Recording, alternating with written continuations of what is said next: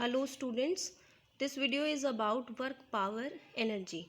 But in this video, we only discuss about work. So अगर हम basically simple definition में अगर define करना चाहें तो work is the cross product of force into में displacement. और mathematically हम उसको लिख सकते हैं, force को denote करते हैं capital F से और डिस्प्लेसमेंट को हम डिनोट कर रहे हैं यहाँ पे कैपिटल एस से। और फोर्स और डिस्प्लेसमेंट का क्रॉस प्रोडक्ट होता है वर्क। लेकिन इन जनरल अगर हम समझना चाहें कि what is work, so let us consider हमारे पास एक ऑब्जेक्ट है जो कि ए पोजीशन पे है। जब हमने इस ऑब्जेक्ट को फोर्स लगाया, इस ऑब्जेक्ट के ऊपर फोर्स, तो ये ऑब्जेक्ट ए पोजीशन से बी पोजीशन पे पहुंच गया डिस्प्लेस होके। तो इसने कितना डिस्प्लेसमेंट किया जब हमने इसके ऊपर फोर्स लगाया। यहाँ से ये बी पोजीशन पे पहुँचा, मीन्स इसने कुछ ना कुछ काम किया।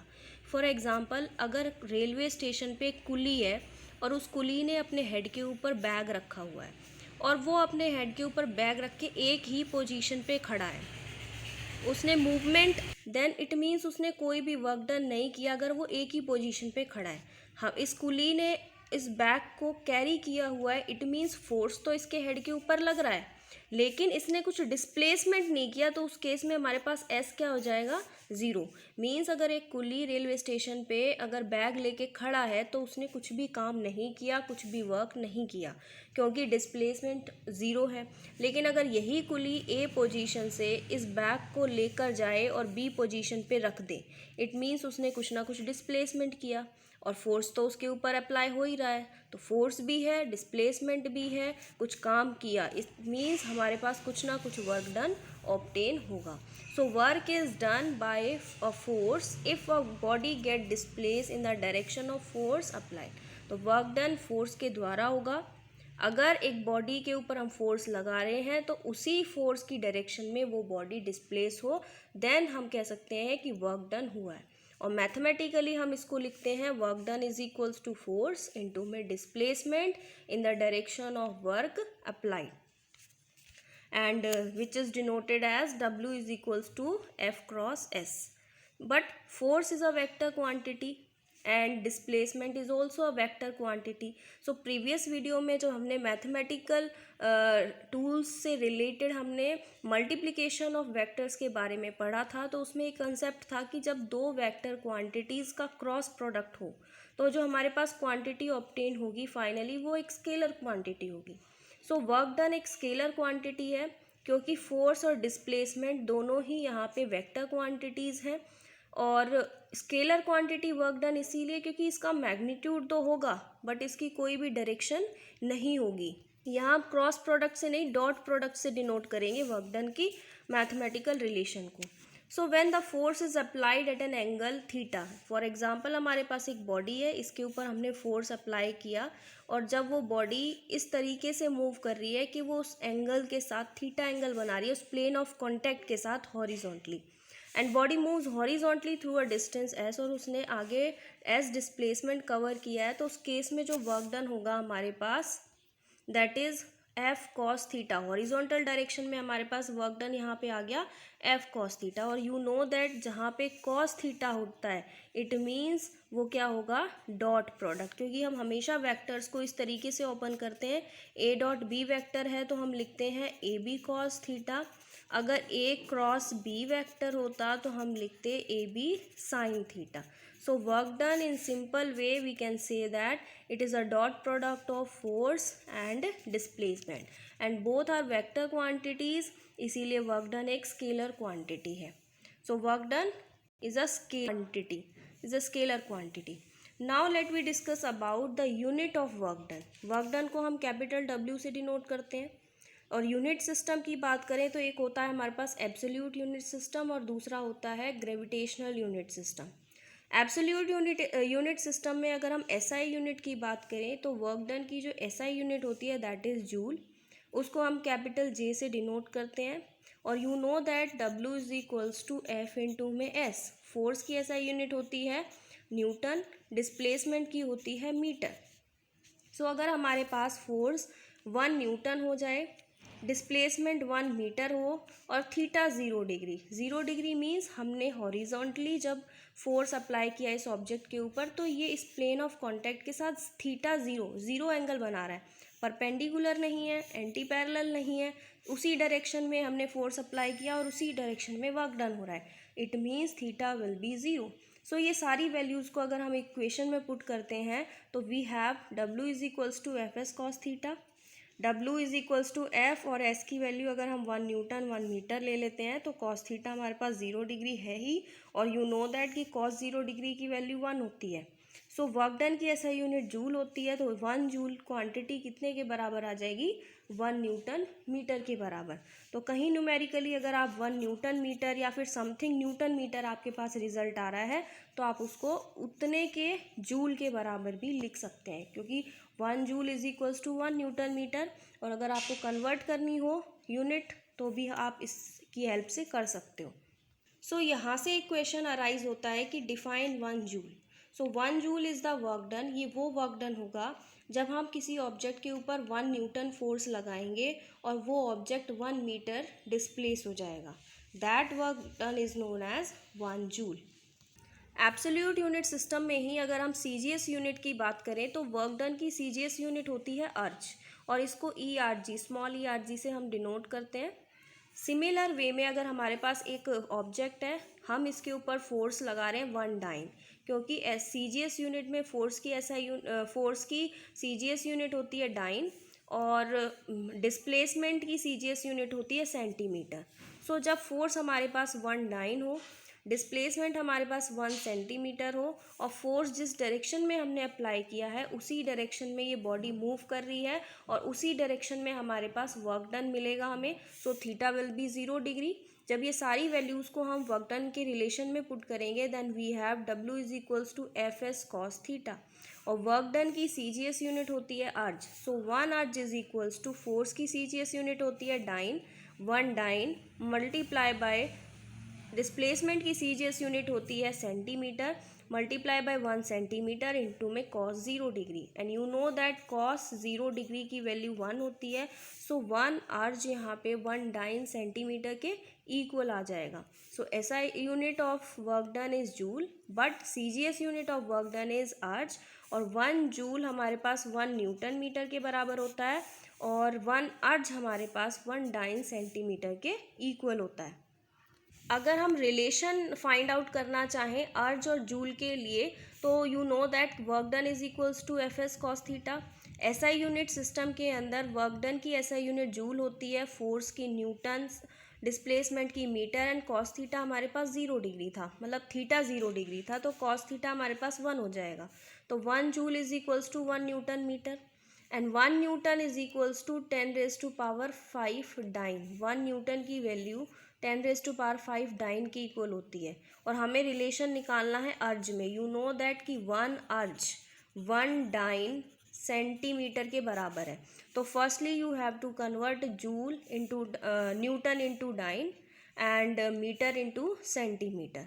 सो 1 न्यूटन के अंदर 10⁵ डाइन होते हैं, 1 मीटर के अंदर 10⁻² सेंटीमीटर होते हैं। जब ये दोनों ही वैल्यूज़ को हम इस इक्वेशन में पुट कर देंगे तो 1 joule is equals to 10⁵ dyne multiply by 10⁻² centimetre. So ये दोनों ही ऐड अप होके 10⁻n इंटू में 10⁻m ऐड होके क्या हो जाता है 10⁻n प्लस m।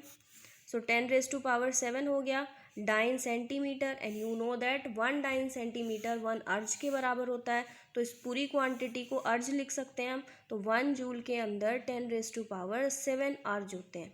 सो ये रिलेशन है अर्ज और जूल में, SI यूनिट और CGS यूनिट में। और अगर न्यूमेरिकली आपको जूल में वैल्यू दी गई है, अर्ज में कन्वर्ट करनी है तो you have to use this relation, और अगर अर्ज में वैल्यू दी गई है आपको जूल में कन्वर्ट करनी है तो जब ये पावर नीचे आएगी means 1 erg is equals to 1/10⁻7 joule, और ये जब ऊपर जाके 10⁻⁻7 जूल हो जाएगा। तो न्यूमेरिकली अगर आपको जूल से अर्ज में कन्वर्ट करना है तो 10⁻7 से मल्टीप्लाई करना होगा क्वांटिटी को, और अगर अर्ज से जूल में कन्वर्ट करना है तो 10⁻7 से आपको क्वांटिटी को मल्टीप्लाई करना होगा। Now if you want to find the relation between newton and dyne, हम सेम प्रोसेस अप्लाई करेंगे। You know that newton is the SI unit of force and dyne is also CGS unit of force, दोनों ही force की unit है, but ये SI unit है और ये CGS यूनिट है। And you know that force is equals to mass into में एक्सेलरेशन। फोर्स को हम कैसे डिफाइन करते हैं, मास और एक्सेलरेशन का ये प्रोडक्ट होता है, और SI यूनिट में फोर्स की SI यूनिट न्यूटन है। So 1 newton which is equals to mass की जो SI यूनिट होती है दैट इज़ kg, एक्सेलरेशन की जो SI यूनिट होती है दैट इज़ मीटर पर सेकेंड स्क्वायर। सो आपको डाइन में चेंज करना है, इट मीन्स आपको किलोग्राम को ग्राम में चेंज करना होगा। CGS यूनिट होती है जो कि उसकी मीटर पर सेकेंड, जो कि SI यूनिट है एक्सेलरेशन की, और एक्सेलरेशन की CGS यूनिट होती है सेंटीमीटर पर सेकेंड। टाइम एक ऐसी क्वांटिटी है जो MKS system, CGS system and SI system तीनों में ही उसकी यूनिट सेकेंड है। So 1 newton is equals to 1 kg के अंदर 10⁻³ ग्राम्स होते हैं, 1 मीटर के अंदर 10⁻² सेंटीमीटर्स होते हैं, और सेकेंड तो हमारे पास दोनों ही क्वांटिटी में सेम है। तो जब हम इन दोनों को वैल्यूज़ को ऐड करेंगे तो 1 न्यूटन हमारे पास 10⁵ ग्राम सेंटीमीटर सेकेंड इनवर्स के बराबर हो जाएगा, जो कि इस कंप्लीट वैल्यू को हम लिख सकते हैं डाइन, क्योंकि 1 dyne is equals to 1 gram centimetre second -2 के बराबर होता है, क्योंकि 1 dyne is the CGS unit of force and force is equals to mass into acceleration. So mass की CGS यूनिट ग्राम होती है और एक्सेलरेशन की CGS यूनिट सेंटीमीटर पर सेकेंड स्क्वायर होती है। So 1 newton is equals to 10⁵ dyne. इस relation को भी आप न्यूमेरिकल पर्पज से यूज़ कर सकते हो जब आपको न्यूटन से डाइन में कन्वर्ट करनी हो वैल्यू फोर्स की, और अगर डाइन से न्यूटन में कन्वर्ट करनी है तो 1 dyne is equals to 10⁻⁻5 newton हो जाएगा, क्योंकि ये 10⁻5 इसमें अपॉन में चली जाएगी डिनोमिनेटर में, और जब इस वैल्यू को हम न्यूमरेटर में लेके आएंगे तो +5 की जगह वो -5 हो जाएगा। अगर डायमेंशन फार्मूला की बात करें तो हमारे पास वर्क डन का जो डायमेंशन फार्मूला होता है that is m1 L1t -2 cos theta. यहाँ पे हम एक कांस्टेंट क्वांटिटी लेके चलेंगे, तो सिंपली हमें फोर्स का डायमेंशन फार्मूला लिखना है और डिस्प्लेसमेंट का डायमेंशन फार्मूला लिखना है। डिस्प्लेसमेंट को हम हमेशा लेंथ में कंसीडर करते हैं एंड इसको फंडामेंटल क्वांटिटी कैपिटल L से डिनोट करते हैं, and force is equals to m में m मास हो गया जिसको कैपिटल M से डिनोट कर रहे हैं। ए हमारे पास एक्सेलरेशन है जो कि मीटर पर सेकेंड स्क्वायर, मीटर एक लेंथ है उसको L से डिनोट किया, और टाइम सेकेंड में मेज़र होता है तो टाइम को हमने T से डिनोट किया। सो mL1t -2 is the dimension formula of force and L is the dimension formula of displacement. जब इन दोनों क्वांटिटीज़ को हम ऐड कर देंगे 1 + 1, तो वर्क डन का जो डायमेंशन फार्मूला आएगा दैट इज़ m1 L2t -2। सो ये तो थी हमारी SI यूनिट और CGS यूनिट के बारे में हमारे पास एब्सोल्यूट यूनिट सिस्टम में। नाउ हमारे पास एक और यूनिट सिस्टम होता है that is gravitational unit system, और ग्रेविटेशनल यूनिट सिस्टम के अंदर ग्रेविटी के फोर्स को हम या फिर एक्सेलरेशन ड्यू टू ग्रेविटी को कंसीडर करते हैं रादर देन लीनियर एक्सेलरेशन। तो उस केस में भी अगर हम SI यूनिट और CGS यूनिट की बात करें तो हमारे पास SI यूनिट वर्क डन के लिए क्या होगी, that is also joule, and you know that unit of work done is kilo joule kilogram force metre. ये ग्रेविटेशनल यूनिट सिस्टम के अंदर SI यूनिट होती है, and you know that W is equals to FS cos theta. Force की SI unit होगी हमारे पास gravitational unit system में 1 kg फोर्स, और we can say that simply kilogram force. Displacement 1 metre के बराबर हो जाएगा और थीटा सिंपली 0 डिग्री। जब ये सारी वैल्यूज़ को हम इस इक्वेशन में पुट करेंगे तो 1 kilogram force metre is equals to 1 kilogram force multiply by 1 metre multiply by cos 0 degree. So 1 kgf metre is equals to 9.8 newton metre के बराबर हो गया, and 1 kgf metre newton metre which is equals to joule. So 1 kilogram force metre 9.8 joule के equal होगा। ये relation generally numerically हम use नहीं करते, लेकिन फॉर नॉलेज हमें पता होना चाहिए।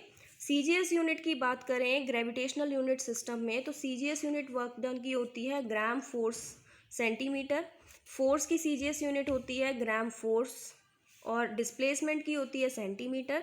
Theta again in this case is 0 degree, क्योंकि हम जो भी डिस्प्लेसमेंट करा रहे हैं वो फोर्स के ही डायरेक्शन में डिस्प्लेसमेंट हो रहा है ऑब्जेक्ट का। इसीलिए हम थीटा 0 ले रहे हैं। अगर हमारा डिस्प्लेसमेंट इस तरीके से होता इसके रिस्पेक्ट में, तब इस केस में थीटा 90 होता। And work done is equals to, और थीटा 90 का मतलब क्या है, cos 90 is equals to 0 degree. जैसे एक कुली एक बैग को लेके खड़ा है और वो चल ही नहीं रहा, डिस्प्लेसमेंट कर ही नहीं रहा, उस केस में क्या होगा, theta 90 degree, work done is 0।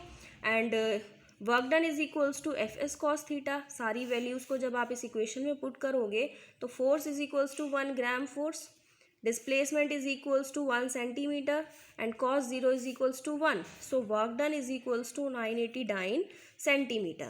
And 980 dyne centimeter तो हमारे पास वैल्यू आ गई, लेकिन dyne centimeter is the CGS unit of force, जो कि अर्ज के बराबर होती है। अगर हम 1 अर्ज को लिखें और 1 डाइन सेंटीमीटर को लिखें, दोनों ही इक्वल हैं। सो इन दोनों को मैंने लिख दिया erg. So 1 gram 4 centimetre is equals to 9 erg. So we can say that work done by a force may be positive, negative और zero depending upon the value of theta. लेकिन वर्क डन कब positive होगा, कब negative होगा और कब zero होगा, ये हम नेक्स्ट वीडियो में डिस्कस करेंगे। So this is all about basic of work done.